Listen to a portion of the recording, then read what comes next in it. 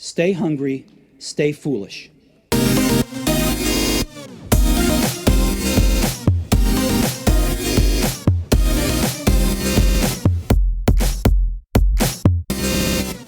The world around us is changing rapidly.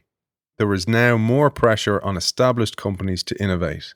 The challenge most companies face is how to develop new products for new markets while managing their core business at the same time. The principles and practices outlined in today's show provide companies with a blueprint of how to manage innovation while they execute on their core business. The corporate startup provides frameworks, visualizations, templates, tools, and methods that can be easily applied to develop new products and business models. We welcome author of The Corporate Startup, How Established Companies Can Create Successful Innovation Ecosystems, Dan Toma. Welcome to the show. Thank you very much for having me. Before we start today's show, just a reminder to sign up to the Innovation Show newsletter on theinnovationshow.io. Dan has kindly offered us a copy of the Corporate Startup book and access to the Corporate Startup video course worth €480 on thecorporatestartupbook.com. So Dan, thank you for that in advance. No worries, my pleasure. And while I'm in the thanking mode, thanks to our sponsor for today's show, Microsoft for Startups. So let's get down to it, Dan. And I wanted to start with a comment by the former CEO of Nokia, who admitted that it is sometimes difficult in a big, successful organization to have a sense of urgency and hunger. No company can defend only. If you have a high market share and you are a market leader, if you start defending, you cannot sustain. Nokia's former CEO also remarked later that established companies can only change when they have a charismatic leader or a crisis. And you respectfully disagree with this notion, because by the time a crisis or a charismatic leader comes along, it's often too late to respond. We've been seeing this over the past months, right, with the corona crisis. Here's the crisis. Here's the burning platform if you want. Now the companies that were not set up to defend against change or to work within a new paradigm, they're having a hard time.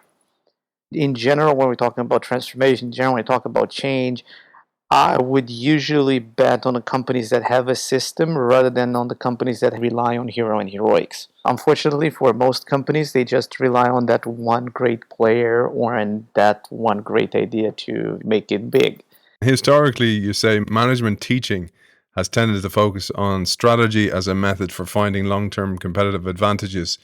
Once a competitive advantage has been found, managers then go about protecting it through good financial management and operational excellence. In contrast, contemporary management thinking recognizes that companies should be managed to quickly exploit current competitive advantages and move on to the next advantage. And you tell us here, in order to do that, companies need to use the right management frameworks. It's just too simplistic to advise established companies to act like startups. What's happening is that the world is changing too fast for you to actually develop something and then just defend it for the next couple of decades. I think the competitive advantage of large organizations that are successful in today's world comes from their systems. So their sustainable competitive advantage is their ability to transform. Their sustainable competitive advantage is their ability to innovate and stay relevant. And the other big advantages to this is that this is very easily defendable. Nobody can copy your system. Nobody can copy your culture. Whether in the past, if you were just creating one product, obviously you're not hoping for that, but you could see that a competitor was just coming into your market, just copying everything you were doing all the way down to the details of the product or of your sales strategy. And all of a sudden they were there eating away at your market share.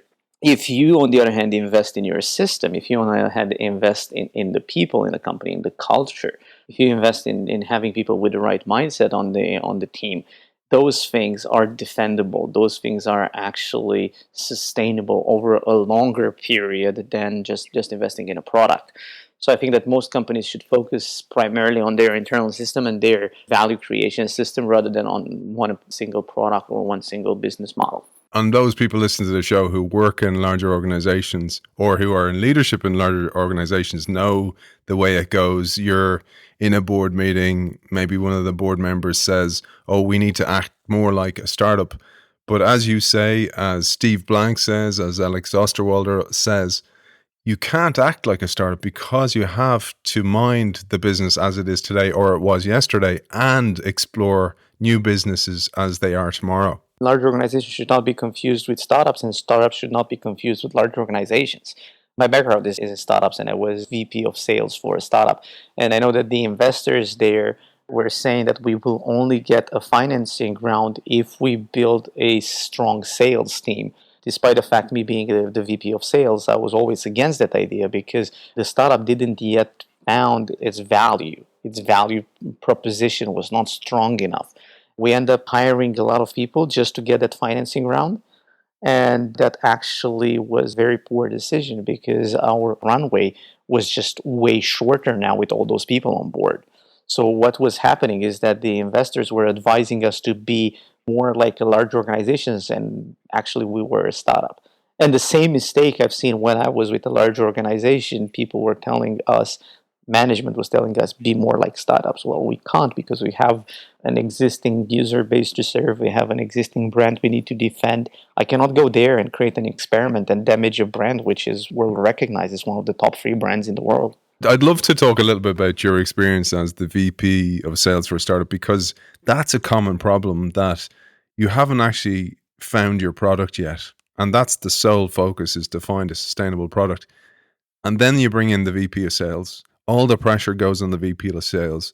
You end up selling products that somebody will buy rather than the actual right product for your business. And this is where the decline comes. And as you say, that runway is coming and it's getting shorter and shorter. Yeah, it was one of the biggest issue we had in this company. We were onto something, so we had a product. However, we were not really sure how to engage with our audience. I mean, we were seeing a lot of people were coming to the website, creating an account, staying in a trial for 30 days, and then all of a sudden a huge drop. We were expecting a drop, but not 99% drop or 95% drop. So for me, it meant that our value proposition was not 100% right yet. But then the investors were pushing us, you need more sales, because if your conversion rate is 5%, it means that it's a numbers game. So you need to add a lot of people on at the beginning of the funnel. Is that old saying, nothing kills a bad product faster than good marketing. So that was exactly what we were doing. We were essentially throwing money at the problem instead of throwing brains. So basically, instead of focusing on solving the value proposition and identifying the right value, the right features, the right everything for our customers, we were just saying, okay, let's add more customers in the pipeline. And actually, that took a toll on the runway and ended up taking a huge toll on the company.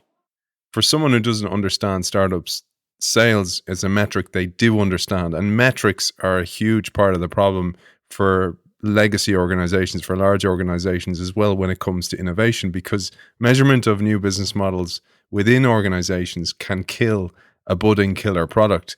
Success with known business models can be measured using traditional metrics like profit, return on investment, or ARR, accounting rate of return, and net present value. But searching, which is what you talk about, has to be measured in an entirely different way. We're working on a new book now. It's called Innovation Accounting. You can check out our progress on innovationaccountingbook.com from the corporate startup, where we had one chapter, Innovation Accounting. Now we want to blow it up to one book because it's just a topic that you need to talk about it at large, at scale, not just in a chapter. Essentially, what's happening in large organizations is that in their pursuit of optimization, they are using a one-size-fits-all for almost everything. It's a one-size-fits-all for how much you're allowed to spend on a hotel, and it's a one-size-fits-all to how you measure a product. And the one-size-fits-all is usually tailored to the most profitable business in the portfolio, which is usually the legacy business, which is usually the business that the brand stands for. If you're a telecommunication company, it's probably your core telco products. If you're a bank, it's probably credits or whatever else you're doing there. But searching is totally different. My co-author Tendai keeps saying that you should ask the right question at the right time. Essentially, this is how a metric system needs to look in a large organization. You need to have stage gates, and for every stage gate, you need to change the questions you're asking, the KPIs you're using. monthly recurrent revenue, annual recurrent revenue, these are great KPIs. However, they should only be used once you are later on the maturity scale. Once you've uncovered the value proposition, you know that people want to have that problem solved, and so on and so forth. It sounds very trivial for a startup investor, right? I've been a startup investor, I've been in startups. We were never being asked questions such as, what is your monthly recurrent revenue 2 weeks after we launched? We were primarily asked questions regarding, okay, how many people confirm that they have this problem? Do you have any evidence that this is a big problem that people from outside your domestic geography suffer from, and so on and so forth? Relevant questions for our maturity stage. You're talking about parenting, you're talking about raising kids. You're not going to go to a 5-year-old and ask them how fast they can run 100 meters. Right? I mean, you are going to ask them that question. That question is right, but then your benchmark should be for other 5-year-olds, not Usain Bolt running 100 meters. And the 5-year-old is going to tell you what they think you want to hear, not what they believe. Exactly. So that's a big issue, and I think organizations should move away from one size fits all, because in one size fits all, you're not going to be able to take in. There is a law in cybernetics. It's called the Ashby law, coming from William Ross Ashby. It says that if a system is to be stable, the number of states of its control mechanism must be greater or equal than the number of states in the system being controlled. What does this essentially mean for organizational design and for frameworks and systems, the things we're talking about, is that you cannot hope to control a diverse and ever-changing world, which is the market, if your internal systems are very monolithic, are very one-size-fits-all. So many listeners of the show are corporate innovators and those people that you address in this book. And one of the huge problems for leadership in large organizations, and something they probably just tick the box with, is where they should invest in innovation. And the debate is often around where and how those investments should be made. And what I mean by that is, should an innovation unit or innovation team be physically separated from the main business, or can innovation be managed within the company? And you say in the book, the feeling is that by creating innovation labs, managers can separate innovators from the toxic environment within the company. But these labs fail because companies do not build any management processes around them, allowing innovators to work on whatever they want. There is a common tendency to conflate creativity with innovation. Management sees successful startups coming up with great new products, and this motivates managers to pursue the development of similarly cool, shiny new products via R&D labs, incubators and accelerators. But creating new products is not innovation, and many corporate innovation labs are just innovation theater. First of all, I believe that innovation is everybody's job in a company. I don't believe that some people should innovate and some people should not. The only difference is that on some people's agenda, innovation is higher up, on some other people's is just lower in the, let's say, to-do list. However, I'm strongly against the idea of lab. I'm yet to see a company which is building successful products just by having a lab. I think the labs are great. I think companies should continue doing labs, but don't put all your eggs in one basket. Don't bet the entire farm on the lab. Why? Because for a company that's 10,000, 100,000, 400,000 people, the lab becomes a bottleneck. The lab can attend to so many ideas, right? But there's always going to be a lot of ideas which are left out. So I think that the companies should strive to create an internal system that looks beyond the idea of a lab. The lab should continue to exist, but be morphed or be changed to mimic more technology labs rather than business labs. Again, a lot of organizations just look at startups and say, hey, startups in the startup world, in the outside world, there are these things called accelerators. We're going to do an internal one. Yeah, but you need to understand that the outside world also has multiple investors, and the outside world has way more ideas than you have internally. So don't build a lab.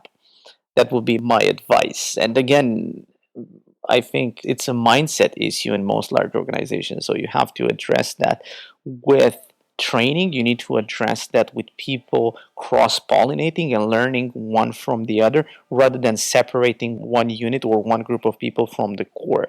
Otherwise, you're going to run the risk of these people being hated by the people in the core. And one of my favorite examples here is the Yahoo Brick House. Yahoo was probably one of the first companies that said, oh yeah, we're going to build a lab and we're going to send it outside of the core because we don't see them being able to thrive and succeed there. And they send it off to the Brick House in the center of San Francisco. And in 6 months, 8 months' time, everybody at the headquarters was hating the guts of the people in the Brick House. And ended up shutting it down. It ended up being a huge cultural mess for Yahoo to clean up. This is what Clayton Christensen talked about, may he rest in peace, about the sucking sound of the core, dragging you back in. But also then you have, as you say, for example, somebody's sent on secondment to the lab, so they get a flavor of the lab. And then they go back and they report back to the core that all those guys do is sit around on beanbags and what a great life they have while we're paying for it over here. So you can see it from both sides. You can see why that toxicity breeds. And actually, one of the whole ideas to keep them separate is so they don't become toxic, but then they become the cause of that toxicity. Exactly. So I'm all for integrating the lab in the headquarters, and I'm all for destroying the lab. In my opinion, I think this is based on what Steve Blank was writing about a couple of years ago. He was saying that the signpost for organization that failed at innovation is going to be having a lab. So if you have a lab, that's a signpost that hey, the way your innovation is structured and framed there doesn't work. And I couldn't agree more. And I think that the purpose of the lab is the end purpose, the end goal of the lab is to actually disrupt itself. An organization succeeds at innovation and succeeds at having an embedded culture of innovation once they no longer need the lab. So in essence, the job of a lab is for them to no longer exist. I worked in a very legacy organization, and the way I kind of articulated it was, I was head of innovation, was that instead of a lab or even a digital team being a vertical within a business, they need to be a horizontal.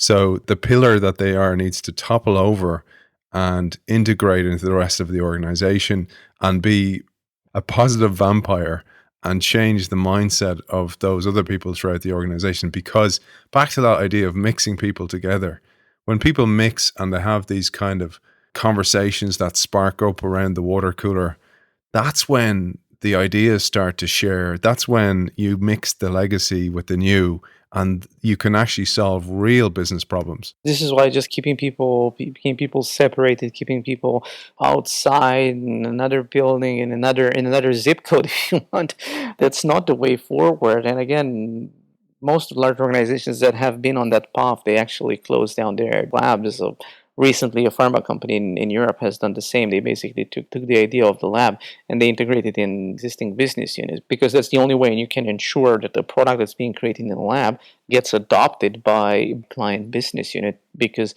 in a business unit, that's where a product can scale. It cannot scale in the lab. The lab is good for agility, for speed, for uncovering what people want, but not for scale. So scale needs to happen in an established organization where you have the doers with the right mindset of doing and scaling stuff. The searchers, the people in the lab, they are great for some things, but not for everything.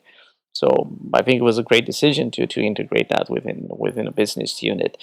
And I'm all for closing down the labs and take the lessons learned and make sure that everybody in the organization understands that innovation is everybody's job. Not just a selected group, young people that like to dress up in hula shirts and wear sneakers. It might be higher up on some people's agenda and lower on some others people's agenda, but at the end of the day, if we want to succeed, everybody needs to do it. I'm actually concerned about lab workers at the moment. So not the idea of the lab, but the people working there, because we're in this time of crisis and most likely facing into an economic downturn. And during those times, the theatre labs, so that what Steve Blank talks about and you talk about, the idea of innovation theatre labs, they get scaled down. So we're really going to see who is real about their innovation during these times. But it could be a great opportunity to integrate those people, like you say. I'm all for that, and I've been supporting organizations that are on that path, and I've been supporting organizations that said, hey, we had a lab, we want to scale this, we want to do transformation. I'm primarily working now in Scandinavia, and I'm doing corporate-wide transformations there. And I would say the Scandinavian market is fairly mature, or at least more mature than I'm seeing it in Central Europe or Southern Europe. I cannot speak for Asia or Australia or North America, but I'm seeing them being more mature because they've already tried the labs and they've seen the positives and the negatives. They know they want to do full-on corporate transformations, changing everything top to bottom, and integrating the lessons learned in the lab in the processes, in the value creation processes within the established business units. And what does that look like, Dan? So what, you say you're supporting them. What kind of work, for example, that you can share with us? Essentially, there's 4 pillars we are helping them with. One of them is innovation strategy. You cannot talk about creating innovation or living off innovation, meaning that you're going to have successful innovation products coming out if you don't have a very clear strategy. We actually outline that in the book as well. We say that every company should have an innovation thesis.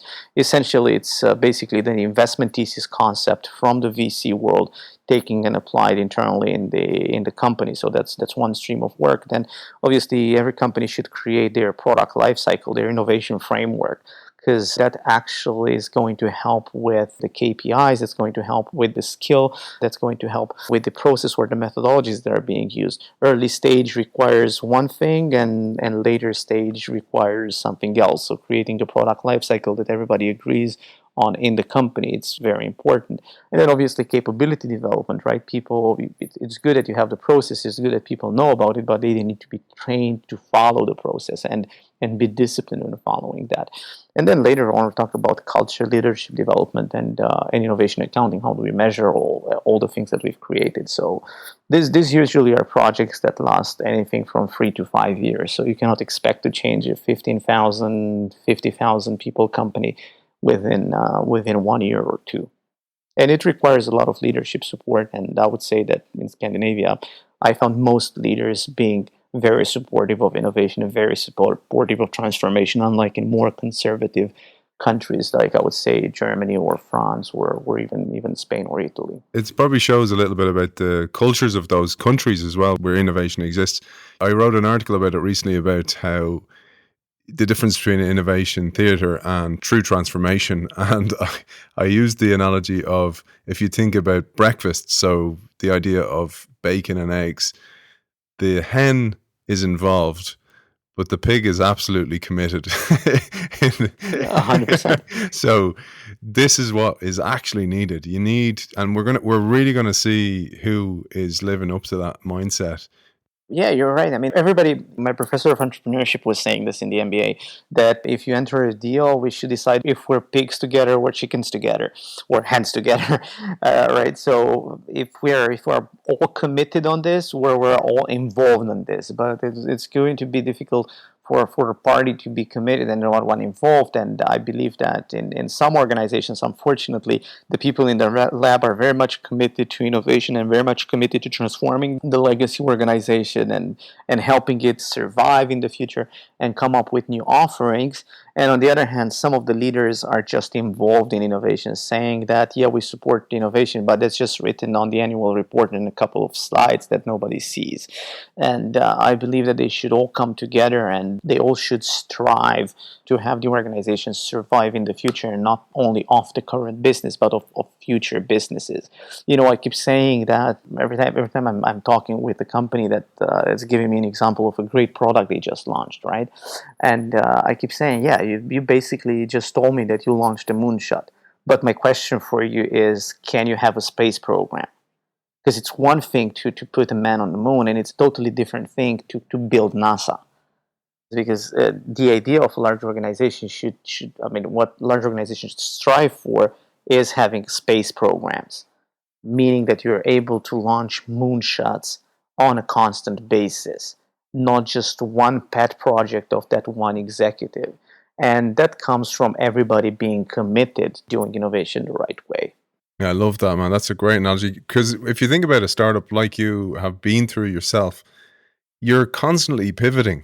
And if the idea is like, we need to hang our hat on this one product, then you're going to look for every way to protect that product, like the way a legacy business does with creating a business model. They're going to actually, like you say, a pet project's going to become the thing you need to hang on to and protect with everything you have, because if the mindset isn't right, an executive's going to see it as a failure themselves. And it leads me to this, a lovely thing you say in the book here, is that oftentimes innovation is seen as R&D spending, and R&D spending generates more patents held by a company, but the number of patents held is not the same as innovation. And I say this in full realization of making these mistakes myself, because when innovation work is not connected to any strategic vision or North Star, the output is just a random bunch of stuff. You might be lucky and you may become a hero by accident, but it's not by design. And your work is saying that businesses, organizations need to create a system that does not rely on a hero, heroics, or luck. And the other thing worth mentioning here is that talking about R&D spending and all of that stuff, essentially what R&D is, and I'm overly simplifying, and I hope I'm not going to offend people that are listening to this show that work in R&D. What R&D is doing is essentially transforming money, financial resources, into ideas. Right? They create a new pattern, they create a new molecule, a new technology, a new whatever, a new vehicle, a new whatever. What innovators are doing, they're converting those ideas back into money. You are going to be totally dysfunctional as a company if you don't have both sides of the equation covered. However, there are companies that acquire the R&D, and I'm looking at Apple, I'm looking at Tesla, and they are very good at innovating. So they're very good at taking the acquired technology. They're very good at taking an LCD or a microchip, putting it into a product and selling it to you for 20 times what they initially paid for. And I think that's the innovation side. And I think that if you look at the BCG top 50 companies in the world, and then if you look at the Statista top of 20 highest R&D spenders, you're going to see exactly what I'm just saying now. The fact that on the top 20 R&D spenders is a bunch of companies that actually don't making on the top 50 most innovative companies. Again, I'm putting myself in the lab here.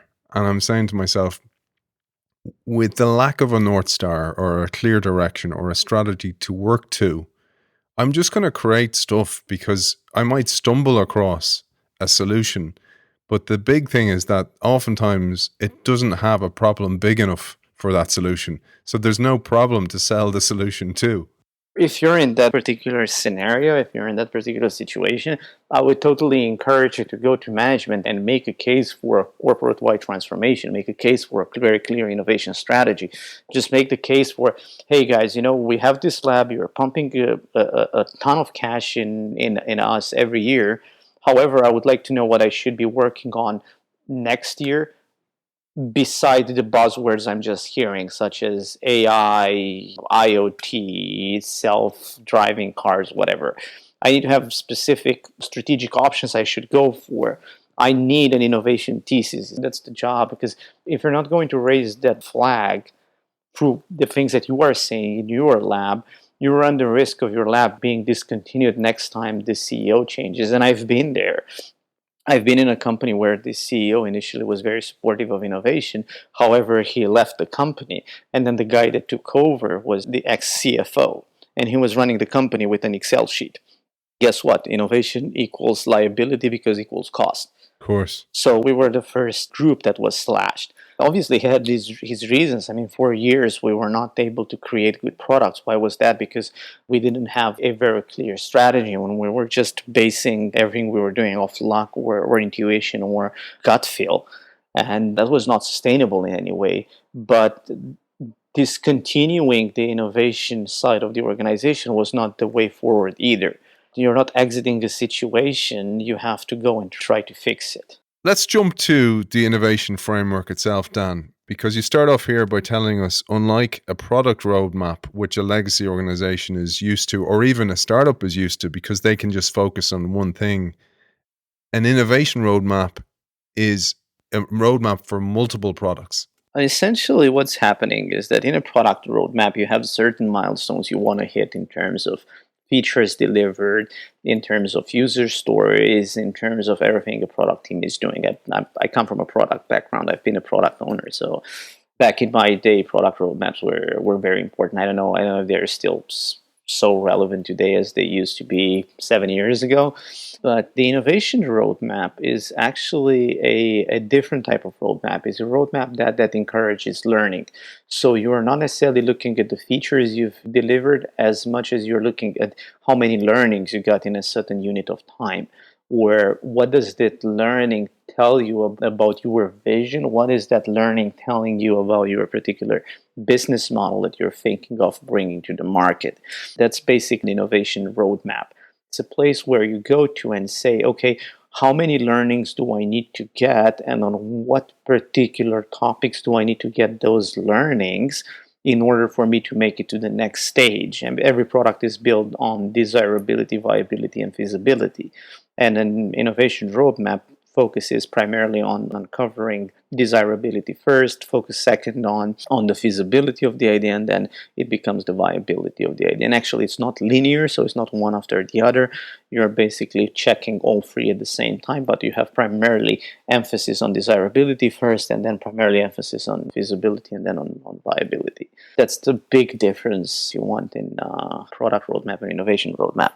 Within the product roadmap, then, business models becomes really important. We've done shows on business models before, but I love the way you talk about how a shift in business model can absolutely change the focus of a business. An example is a shift from car manufacturer to mobility solution. And we saw this recently with Daimler's Car2Go.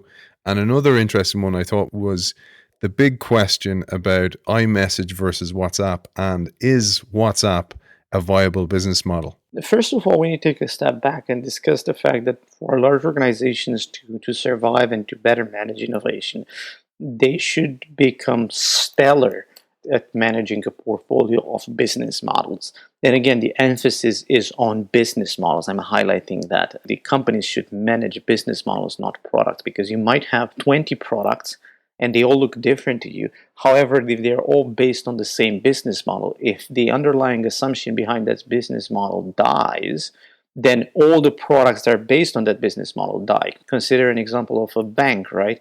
They have 101 credit cards. However, the business model is the same. So if people will stop taking credit in the future, or in the present now, right, with the COVID, a lot of people no longer want to use their credit cards, then it doesn't actually matter how many products you have in that particular business model. So it's very important to do a portfolio of business models. And this was actually one of the lessons I've applied when transforming the large bank in Norway from a product portfolio to a business model portfolio. Same goes for mobility, same goes for automotive. It doesn't matter if you have the A class, B class, C class, E class as Daimler does, right? Essentially, they are all the same business model. It's pay for an asset. But if people will no longer want to own that asset, then you're left out to dry. This is why it's important for them to think about new business models and think of a portfolio of business models. In my opinion, the company of the future is going to be basically a company of companies. A company of the future, a corporation of the future, is going to look more like a VC company than it looks like a 19th century industrial revolution type of organization, where essentially what's going to happen is that you're going to have common resources that are shared, but every single entity is responsible for their own P&L. And if they don't survive, they don't survive. But you're not going to have socialism. You're not going to have money taken from a successful business model and thrown into the other one just for the fun of it. Everybody should be supporting their own P&L. And talking about the WhatsApp, right, and WhatsApp versus Messenger, I mean, telco companies in Europe have been sitting on the WhatsApp solution for ages before WhatsApp came along. And the issue there was that they didn't want to invest because they were afraid to lose SMS. Well, here's a scenario for you. You're either going to cannibalize yourself or somebody else will do it for you. But that legacy solution is still going to die no matter what. And I think, or I hope, that a lot of executives learned that lesson, especially in telco business. They learned a lesson from WhatsApp. Is it successful for Facebook? Only time will tell. I don't know. They try having people pay 50 cents for it. Nobody wanted to do that. I don't know if a communication channel is considered a commodity by the people or not. Again, I think time will tell if the investment was worth for Facebook. One of the things I often think about this, Dan, is we tend to measure those investments again back to the legacy measurement models. So in profit or return on investment or ARR or whatever it might be. But one of the things you get out of a lot of work like that or investment like that is capability. So you build capability, you build scar tissue, you build muscle, and then that muscle can be used for something else. And oftentimes it's that the value is. And I think most companies should strive for that. How many companies are doing that? Well, we don't know yet. So I guess only time will tell. Again, I get that they're under pressure where nobody knows what's going to happen. Now the world has changed immeasurably and tech companies are taking off and small businesses are struggling. So I wanted to ask one final question, and this is to do with those smaller businesses, because we focused on legacy organizations or startups. But say I'm a small SME and I'm listening to this show and I'm going to myself, what the heck can I do with this information? What does it mean to me? What would be the message for those people? I think that the message for them is keep doing what got you to the point where you are now.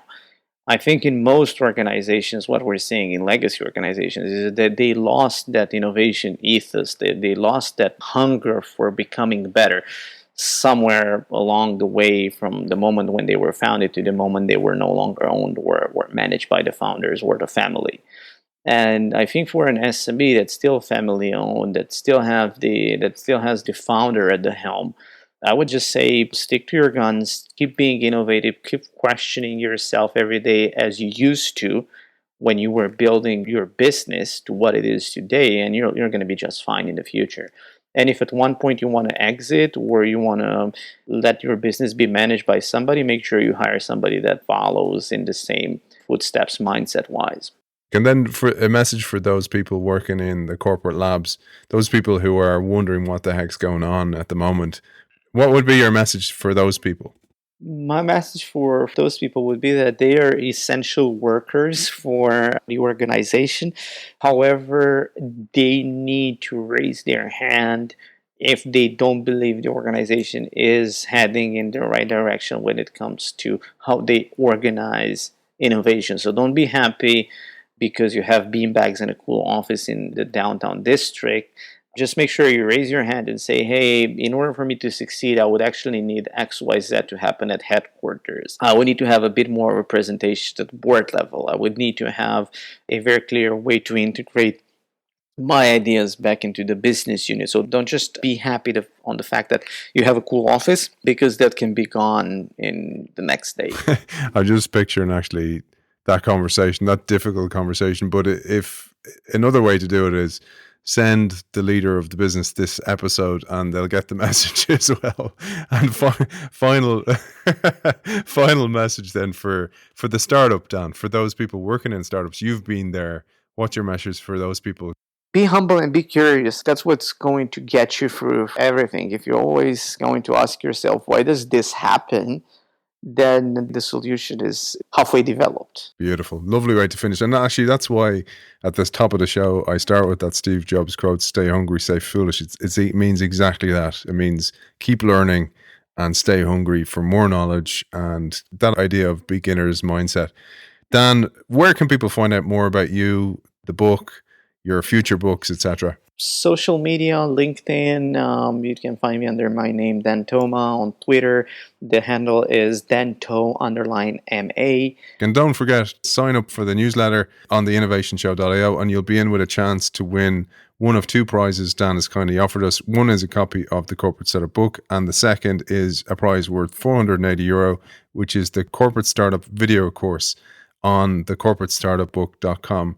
Many thanks to our sponsor, Microsoft for Startups, and to our guest today, author of The Corporate Startup, How Established Companies Can Create Successful Innovation Ecosystems, Dan Toma. Thank you for joining us. Thank you for having me.